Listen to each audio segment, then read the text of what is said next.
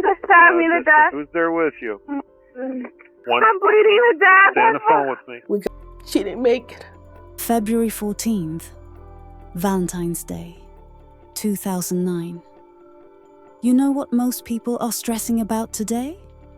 Whether their man remembered to make dinner reservations.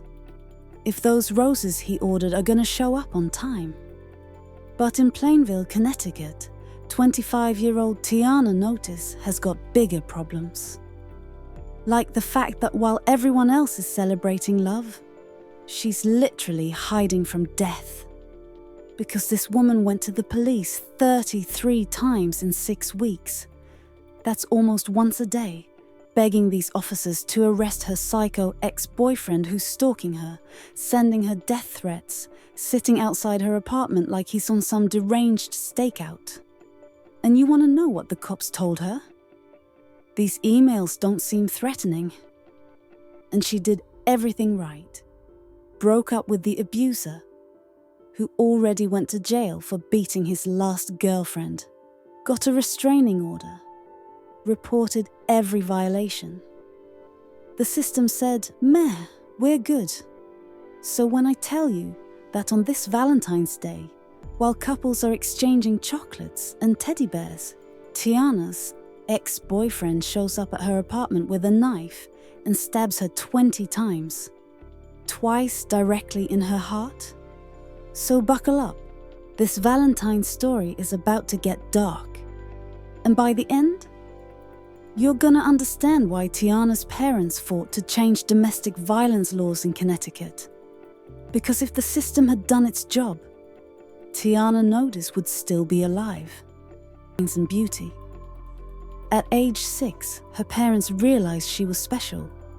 A genuine child, prodigy, who was so far ahead they had to skip her 2 grades. By high school, she was already taking college courses. This girl graduated from University of Hartford with a political science degree and was working on her master's in communications when she met James Carter II on a dating site. I don't know what she saw in him because I never met him in person. I only saw photos of him and I immediately disliked him. Why? I don't know. You may want to call it mother's intuition. Mum's spidey senses were tingling from day one.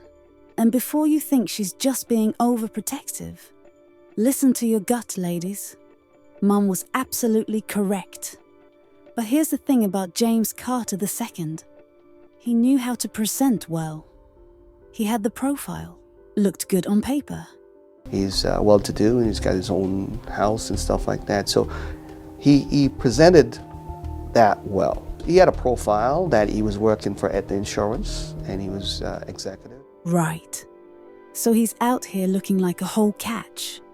Got his own house, executive position in insurance, the whole package. On paper, he looks like exactly the kind of stable, successful man a brilliant woman like Tiana would be attracted to. Except there was one tiny detail James forgot to mention.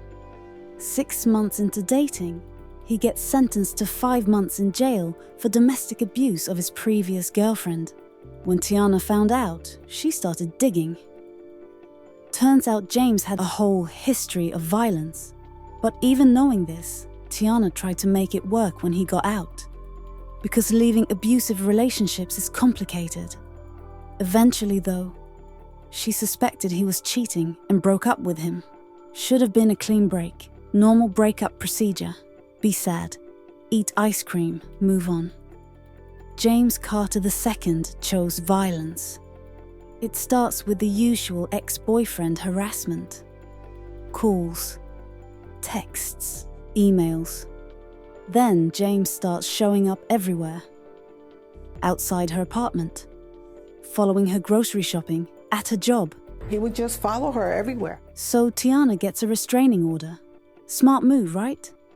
Except James turns around and files a restraining order against her, claiming she assaulted him.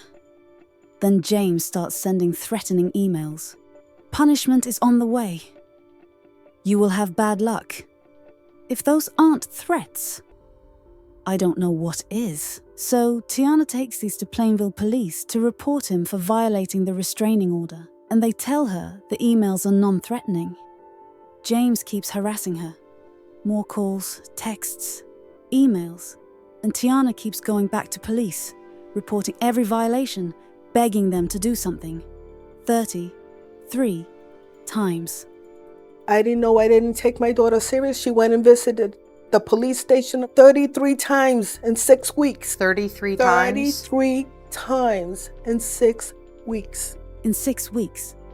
That's more than 5 times a week she's filing reports, showing evidence, documenting harassment. And they do nothing. Tiana goes to Waterbury Police because James is calling her repeatedly at work. And you know what happens? They treat her like she's the problem. She was crying hysterically. I remember it like it was yesterday.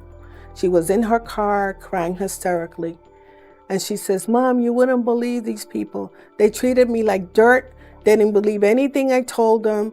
They thought I was lying. One officer accused me of having a fake restraining order."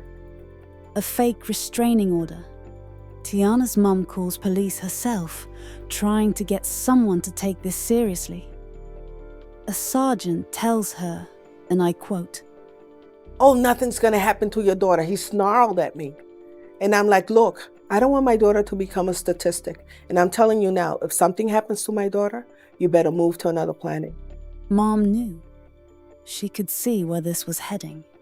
One morning, Tiana finds all 4 tires on her car slashed. Police say there's no way to prove Carter did it, so they need video evidence. Fine. Her dad Alvin installs a security camera in her parking lot.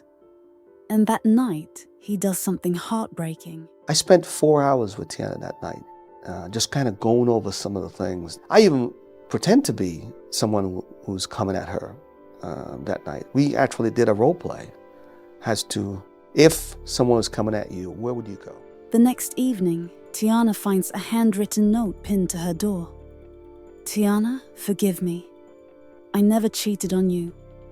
If I'm lying, may God take my life. Forgive me for everything else I have done." But the security camera tape ran out before capturing who left it. Again, no video evidence. This time though, Plainville police actually attempt action. They called James to come in for a handwriting sample. Thank God, and we were celebrating. And I told her, I said, "Tiana, don't go anywhere near your house or anything. Be safe and wait until they arrest him." Alvin tells Tiana, "Stay away from your apartment. Don't go home. Wait until they arrest him." February 13th.